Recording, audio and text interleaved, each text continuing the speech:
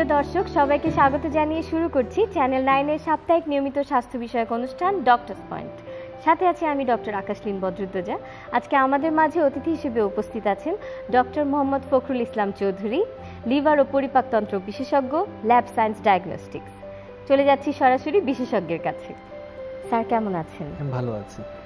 Sir, আপনি তো একজন হেপাটোলজিস্ট। ফিল্ড অফ স্পেশালাইজেশনের আন্ডারে কোন কোন অর্গান পড়ে? আপনি জিজ্ঞাসা করেছেন যে হেপাটোলজিস্ট হিসেবে আমরা কোন কোন স্পেশালাইজেশন অর্গানগুলো দেখি। মূলত লিভার বা বাংলায় আমরা যেটা বলি যকৃত এবং সেই সাথে আপনার পিত্তনালীর যত সমস্যা এবং অগ্নাশয়ের যত সমস্যা, পিত্তথলির কিছু কিছু সমস্যা এবং পরিপাকতন্ত্রের সমস্যা। এমনি আপনার প্র্যাকটিসে কমনলি কি ধরনের অসুখ আপনি পেয়ে থাকেন? মূলত এটা লিভারের ক্ষেত্রে হেপাটাইটিস বি ভাইরাস মূলত, এবং যে কোনো হেপাটাইটিস জনিত কারণে যে কোনো ধরনের জন্ডিস, সেটা অন্যান্য হেপাটাইটিস বি ভাইরাস বাদে ই ভাইরাস দিয়েও, মানে অ্যাকিউট হেপাটাইটিস যেটা জন্ডিস নিয়ে রোগীরা আসতে পারে। হেপাটাইটিস সি ভাইরাসের রোগীরা আসে। এছাড়া ফ্যাটি লিভার ইদানিং খুবই কমন এবং খুবই বেশি পাওয়া যাচ্ছে। ফ্যাটি লিভার এবং জটিলতা নিয়ে রোগী আমাদের কাছে আসছে। লিভার সিরোসিসের জটিলতা নিয়ে রোগীগুলো আসছে। এছাড়াও বিভিন্ন রোগ আছে লিভারের, সেই রোগগুলো আসছে। এছাড়া আমাদের পিত্তনালীতে কোনো সমস্যা হয়ে যদি জন্ডিস হয়, সেটা আমরা বলতে পারি পিত্তনালীতে পাথর বা পিত্তনালীর ক্যান্সার বা পিত্তনালীতে যে কোনো ধরনের অবস্ট্রাকশন হয়ে রোগী আমাদের কাছে জন্ডিস নিয়ে প্রেজেন্ট করতে পারে। এছাড়া পরিপাকতন্ত্রের বিভিন্ন সমস্যার রোগী আমাদের কাছে আসে। স্পেশালি পেপটিক আলসার ডিজিজ বলেন, মানে মানুষ যেটাকে গ্যাস বলে, সেই সমস্যাটা, অথবা জার্ডের রোগী ইদানিং খুব বেশি পাওয়া যাচ্ছে। এছাড়াও আপনার আইবিডি, আমরা যেটা বলি আইবিএস, এই রোগীগুলা পরিমাণ বাড়ছে এবং যে কোনো ধরনের পরিপাকতন্ত্রের ক্যান্সার উল্লেখযোগ্য পরিমাণ ইদানিং বেশি পাওয়া যাচ্ছে। এমনি আমাদের বডিতে লিভারের মূল ফাংশনগুলো কি কি? এখন লিভারটা আসলে আমাদের বলা হয় যে খুবই গুরুত্বপূর্ণ একটা অর্গান, এবং লিভারের ফাংশন বলতে গেলে আসলে বডিতে বলা হয় যে প্রায় 500-র উপরে লিভার ফাংশন লিভার করে থাকে। আচ্ছা, মূলত আমি যদি দর্শকদের জন্য একটু সহজ করে বলতে চাই যে লিভারের মূল কাজটা কি, তাহলে যেটা বলতে হবে, যেটা আমরা যেহেতু খাবার খাচ্ছি, এই খাবারটা তো বডিতে ইউটিলাইজ করতে হবে, এবং আমরা খাচ্ছি যেটা, সেটা আমাদের পরিপাকতন্ত্র দিয়ে যাচ্ছে। সেটা পরিপাকতন্ত্রের মাধ্যমে জানেন যে পোর্টাল ভেইন থাকে। পোর্টাল ভেইন, এই ভেনাস সিস্টেম দিয়ে এই নিউট্রিয়েন্ট সহ ব্লাডটা লিভারে যায়। আচ্ছা, এবং এই ব্লাডটা থেকে যত ধরনের কার্বোহাইড্রেট বলেন, প্রোটিন জাতীয় খাবার বলেন বা ফ্যাট জাতীয় খাবার বলেন, সব খাবারের মেটাবলিজম লিভারে হবে। এরপরে হচ্ছে এই ব্লাডটা ইনফেরিয়র ভেনা ক্যাভা দিয়ে পরে লিভারে চলে যায়।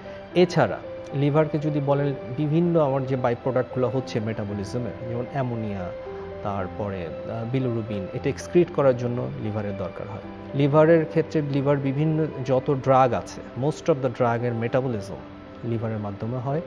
ড্রাগগুলোকে এক্সক্রিট করার জন্য উপযোগী করা, সেটা লিভারের কাজ। এছাড়াও হচ্ছে বিভিন্ন ধরনের সাবস্ট্যান্স, অ্যালবুমিনের ঘাটতি হবে যদি লিভারের সমস্যা হয়, সেই ক্ষেত্রে রোগীর পেটে পানি চলে আসবে বা অন্যান্য সমস্যা দেখা দিবে।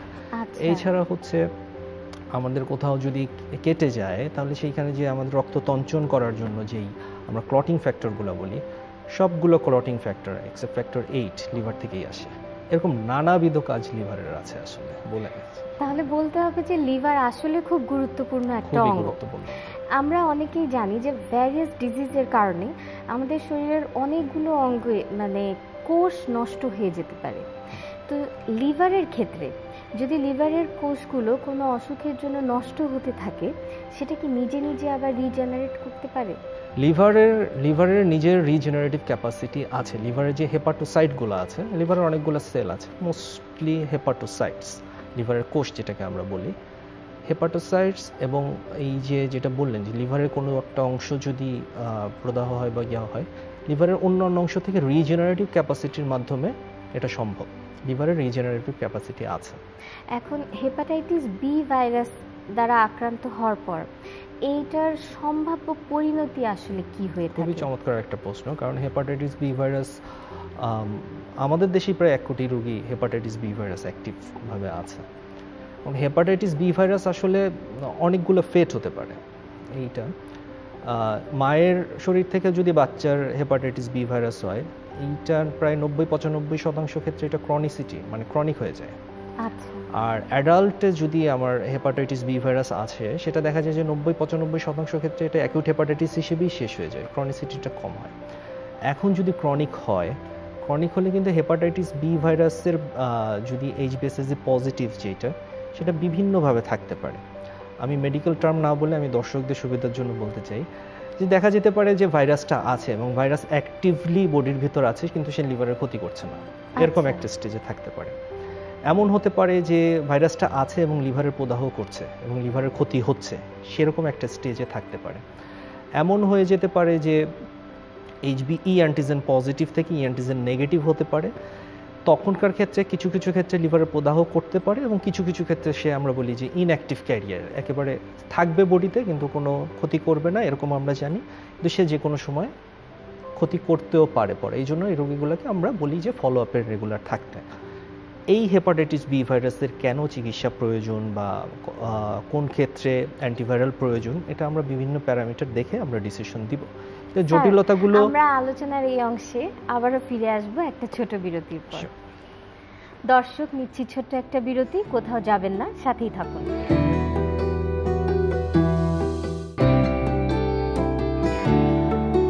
ফিরে এলাম ছোট একটা বিরতির পর ডক্টরস পয়েন্ট অনুষ্ঠানে। সাথে থাকার জন্য ধন্যবাদ। স্যার, আমরা আলোচনার ওই অংশে ফিরে যেতে চাই। হেপাটাইটিস বি নিয়ে আমরা কথা বলছিলাম। হেপাটাইটিস বি ভাইরাস বিশ্বব্যাপী এবং আমাদের দেশেও লিভার সিরোসিসের সবচেয়ে বেশি কারণ হচ্ছে হেপাটাইটিস বি ভাইরাস। এখন লিভার সিরোসিস হয়ে গেলে এটা কিন্তু আর ইরিভার্সিবল, এবং এটার জটিলতা হিসেবে রোগীর পেটে পানি চলে আসা, রক্ত বমি হওয়া, রোগী অজ্ঞান হয়ে যাওয়া এবং লিভার ক্যান্সার হওয়া, জন্ডিস হওয়া, এবং এই সকল জটিলতাগুলো হয়ে রোগী মারাও যেতে পারে। সো বি ভাইরাসের চিকিৎসা, বি ভাইরাসের শনাক্তকরণ খুবই গুরুত্বপূর্ণ। স্যার, আপনি একটা জিনিস বললেন যে হেপাটাইটিস বি ভাইরাস আমাদের বডিতে অ্যাক্টিভ অবস্থাতেও থাকতে পারে, ইনঅ্যাক্টিভ অবস্থাতেও থাকতে পারে। আমার যেটা প্রশ্ন সেটা হচ্ছে অ্যাক্টিভ বা ইনঅ্যাক্টিভ যে অবস্থাতেই থাকুক না কেন, এই ভাইরাসটা একজন থেকে আরেকজনে কমিউনিকেটেড হচ্ছে কিভাবে, এবং আসলে আমাদের সবার কি হেপাটাইটিস বি এর এগেইনস্টে ভ্যাকসিন নিয়ে নেওয়া উচিত কিনা? আসলে অ্যাক্টিভ ইনঅ্যাক্টিভ এটা আমরা ওষুধ দেওয়া না দেওয়া এবং হেপাটাইটিস বি ভাইরাসের ডিএনএ লেভেল, এএলটি এগুলো দেখে বলি।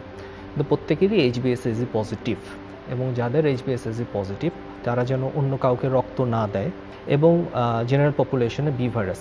আপনি জেনে খুশি হবেন যে আমাদের দেশে ইপিআই শিডিউলে এখন এই হেপাটাইটিস বি ভাইরাসের ভ্যাকসিন দেওয়া হয়। সুতরাং নতুন প্রজন্মের যারা শিশুরা বড় হয়ে উঠছে তাদের শরীরে আশা করা যায় যে এই ভাইরাসের বিরুদ্ধে প্রতিরোধ ক্ষমতা নিয়েই তারা গড়ে উঠছে।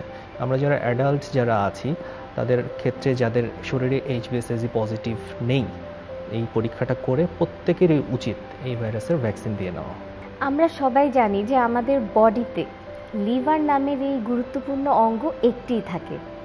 এখন অনেক সময় দেখা যায় যে ট্রান্সপ্লান্টেশনের প্রয়োজন হলো। এখন আমার প্রশ্ন হচ্ছে যে আমরা কি লিভারের অংশ বিশেষ ট্রান্সপ্লান্ট করার মাধ্যমে আরেকজনকে রক্ষাও করতে পারি, আবার যে ট্রান্সপ্লান্ট করলো সে আসলে বেঁচেও থাকতে পারে? এটা আসলে সম্ভব কিনা এটা একটু আমাদের দর্শকদের ডেফিনেটলি অবশ্যই সম্ভব, না হলে তো এই লিভিং ডোনার লিভার ট্রান্সপ্লান্টেশন কথাটা আসতো না। লিভার ট্রান্সপ্লান্টেশন দুই ধরনের হয়, একটা হচ্ছে ক্যাডাভারিক লিভার ট্রান্সপ্লান্টেশন, এটা আমাদের দেশে কমই হয়, ইউরোপিয়ান কান্ট্রিতে এইটা বেশি হয়, যে মানুষ মারা যাওয়ার পরে ব্রেন ডেথের আগে তার লিভারটা ডোনেট করে দিয়ে যায়। তা আমাদের এই উপমহাদেশে বেশিরভাগ ডোনেশনই হচ্ছে লিভিং ডোনার লিভার ট্রান্সপ্লান্টেশন।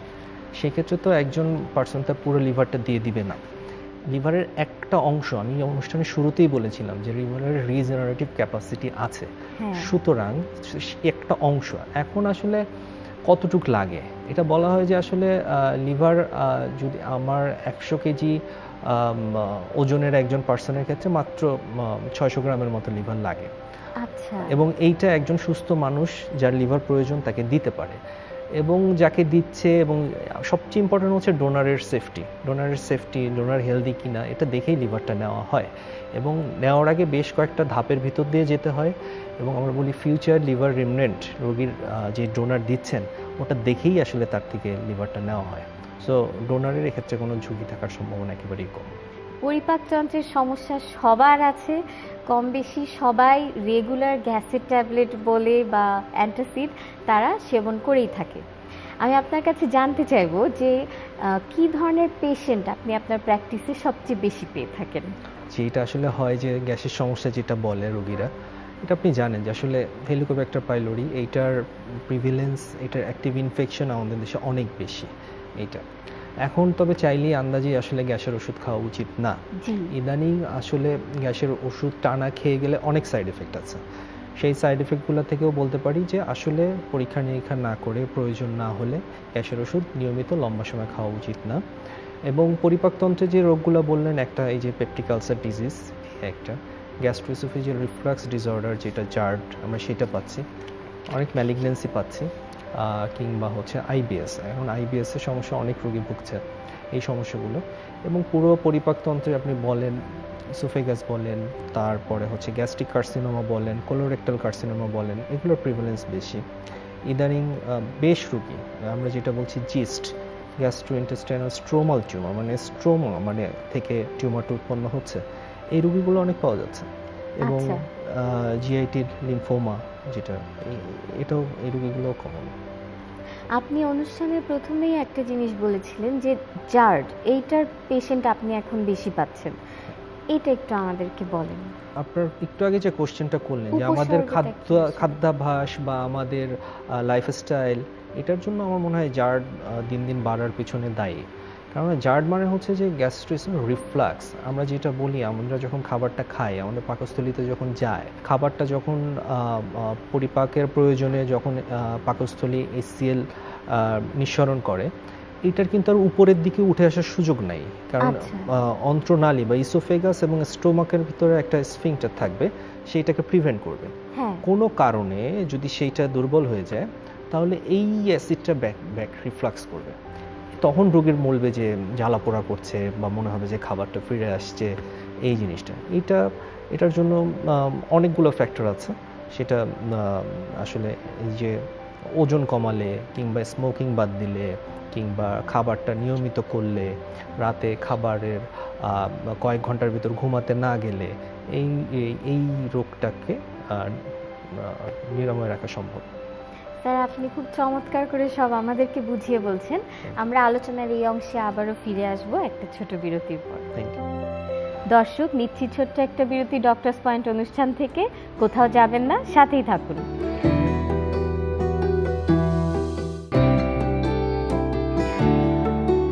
দর্শক, ফিরে এলাম ছোট একটা বিরতির পর। সাথে থাকার জন্য ধন্যবাদ। চলে যাচ্ছি সরাসরি বিশেষজ্ঞের কাছে। স্যার, বর্তমানে খুব কমন একটা প্রবলেম হচ্ছে ফ্যাটি লিভার। আপনি আমাদের দর্শকদের জন্য একটু সহজভাবে বলেন যে ফ্যাটি লিভার আসলে কি, এটার উপসর্গগুলো কি। তার কারণ অনেকেই কিন্তু বুঝতে পারবে না যে তার ফ্যাটি লিভার হয়েছে। উপসর্গটা জানলে তিনি বুঝবেন যে তিনি কত দ্রুত একজন বিশেষজ্ঞের শরণাপন্ন হওয়া উচিত তার। আসলে ফ্যাটি লিভারটা কি? ফ্যাটি লিভারে আমরা জানি লিভারে শতকরা 5% কম ফ্যাট থাকতে পারবে। আচ্ছা, এর বেশি যদি ফ্যাট হয় সেটাই ফ্যাটি লিভার। সিম্পলি এইটাই হচ্ছে ফ্যাটি লিভার। এখন শুধু ফ্যাট থাকলে তো সিম্পল ফ্যাটি লিভার, অনেকের সমস্যা হবে না, কিন্তু আসলে তো বাস্তবিক ক্ষেত্রে তা ঘটছে না। যেরকম বিভিন্ন কিছু লিভারে প্রদাহ সৃষ্টি করছে, অতিরিক্ত চর্বিও লিভারে জমা হয়ে লিভারে প্রদাহ সৃষ্টি করে। লিভারে প্রদাহ সৃষ্টি করে তখন সে লিভারের এনজাইমটা বাড়িয়ে দেয় এবং লিভারটাকে আস্তে আস্তে শক্ত করে ফেলে। তখন আমরা সেটাকে বলি যে ফাইব্রোসিস হওয়া শুরু হয় লিভারের। একটা পর্যায়ে যে এই যে ফ্যাটি লিভার, ন্যাশ, এরপরে কিন্তু লিভার সিরোসিসও হয়ে যেতে পারে।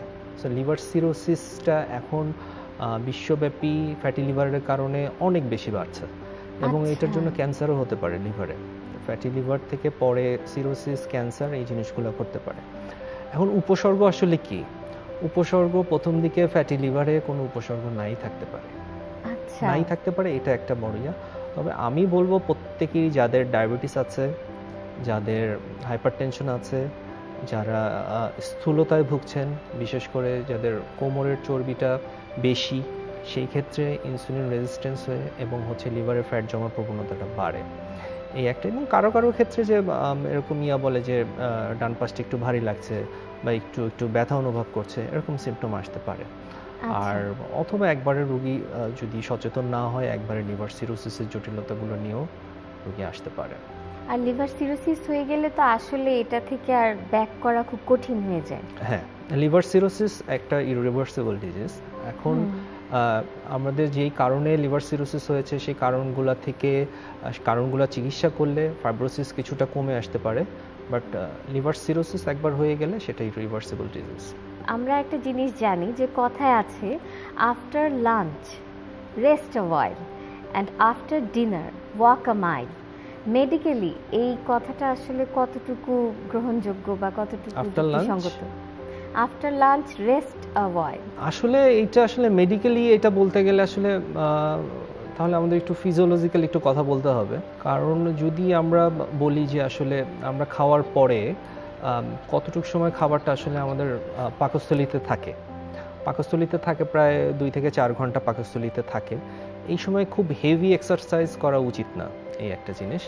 প্লাস তবে হালকা একটু হাঁটা এতে কোনো সমস্যা নয়, এবং বরং খাওয়ার পর শুয়ে পড়া উচিত নয়।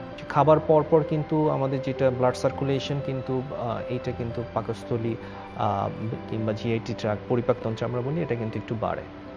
সো এই সময়ে আসলে হালকা হাঁটা যেতে পারে, তবে খুব খাওয়ার পরই ভারী পরিশ্রম করা উচিত না।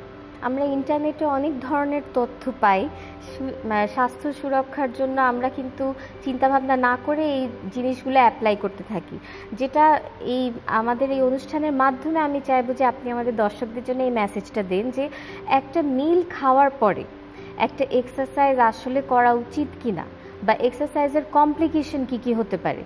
কারণ আমরা কিন্তু প্রথম থেকেই জানি যে খাবার খাওয়ার পরে আমাদের পরিপাকতন্ত্রে ব্লাড সার্কুলেশন একটু বাড়বে, তো স্বাভাবিক এটা অনেক আগে থেকেই জানা আছে যে এক্সারসাইজ করা কিন্তু তখন নিষেধ। কিন্তু রিসেন্টলি কিছু জায়গায় এটা শোনা যাচ্ছে যে আপনি খাওয়ার পরেই একটু হেঁটে ফেলেন।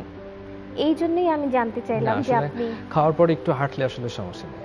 খাওয়ার পরে মানে বলা হয় যে ভারী এক্সারসাইজ না করতে, কারণ ভারী এক্সারসাইজ যেটা যদি দৌড়ানো বা ওয়েট লিফটিং বা এরকম কিছু করা হয়, সেই ক্ষেত্রে রোগীর বমি ভাব, বমি আসা বা এরকম সমস্যাগুলো হতে পারে। তবে আমার মতে সামান্য হাঁটায় কোনো সমস্যা নেই। আমাদের দর্শকদের জন্য প্রথমত আমি জানতে চাইবো যে লিভার যেন ভালো থাকে এবং লিভারের যে কমপ্লিকেশন সেগুলো অ্যাভয়েড করার মতো আমরা কিভাবে আমাদের লাইফস্টাইলকে মডিফাই করতে পারি এবং আমাদের খাদ্যাভ্যাস কিভাবে আমরা চেঞ্জ করতে পারি, এটা একটু আগে বলবেন। আসলে বলা হয় পুরো বিশ্বেই লিভারের রোগ বাড়ছে, এবং এটার সচেতনতা খুবই জরুরি। কারণ অনেক সময় এটা এন্ড স্টেজ লিভার ডিজিজ ছাড়া, সিমটমস কোনো উপসর্গ ছাড়াও রোগীর হতে পারে। সেই ক্ষেত্রে যেই রোগগুলো লিভারের জন্য কমন, সেই রোগগুলোর ক্ষেত্রে সতর্ক হওয়া উচিত। জন্ডিস হলে অবশ্যই একজন চিকিৎসকের পরামর্শ নিতে হবে। ওঝা বা কোনো হার্বাল মেডিকেশনে যাওয়া যাবে না, সেক্ষেত্রে জীবন ঝুঁকির ভিতর পড়তে পারে। এছাড়া হচ্ছে যে আমরা যেই কারণগুলোর কথা বললাম এতক্ষণ, যেমন হেপাটাইটিস বি ভাইরাস, এটা আছে কিনা এটা স্ক্রিনিং করা দরকার। যদি না থাকে তাহলে ভ্যাকসিন নিয়ে নিতে হবে, এটা প্রত্যেকের ভ্যাকসিন নিয়ে নিতে হবে। এটা পজিটিভ থাকে তাহলে চিকিৎসকের শরণাপন্ন হয়ে চিকিৎসা নিতে হবে। ফ্যাটি লিভারের ক্ষেত্রে খুবই সচেতন হওয়া উচিত। ফ্যাটি লিভারের ক্ষেত্রে বিশেষ করে যারা স্থূলতায় ভুগছেন, যাদের ডায়াবেটিস আছে এবং যাদের হাইপারটেনশন আছে, মানে মেটাবলিক সিনড্রোমের পার্ট হিসেবে এই রোগগুলো যাদের আছে তাদের অবশ্যই স্ক্রিনিংয়ের আওতায় আনা উচিত বলে আমি মনে করি। ফ্যাটি লিভার আছে কিনা, যদি ফ্যাটি লিভার থেকে থাকে সেটার গ্রেডিং করা প্রয়োজন, সেটার রিস্ক ফ্যাক্টর অ্যাসেসমেন্ট করা প্রয়োজন, এবং চিকিৎসা সেটা শুধু লাইফস্টাইল মডিফিকেশনের মাধ্যমে একটা পর্যায় পর্যন্ত হতে পারে, এরপরে ফার্মাকোলজিক্যাল ট্রিটমেন্ট লাগতে পারে, সেটা আপনার চিকিৎসকের সাথে আপনার পরামর্শ করতে হবে। এবং লিভার রোগ সম্পর্কে সারা দেশেই সচেতনতা সৃষ্টি করতে হবে, এবং এইটাকে একটা আমার মনে হয় যে লিভারের সুরক্ষাটাকে একটা সামাজিক আন্দোলন পর্যায়ে নিয়ে যেতে হবে। ধন্যবাদ স্যার আপনাকে আমাদের চ্যানেল 9-এর সময় দেওয়ার জন্য। আপনাকে অসংখ্য ধন্যবাদ আমাকে আমন্ত্রণ জানানোর জন্য, এবং আপনার দর্শকদেরকেও আমি আবারও শুভেচ্ছা জানাচ্ছি। দর্শক, এই ছিল আজকের আয়োজন।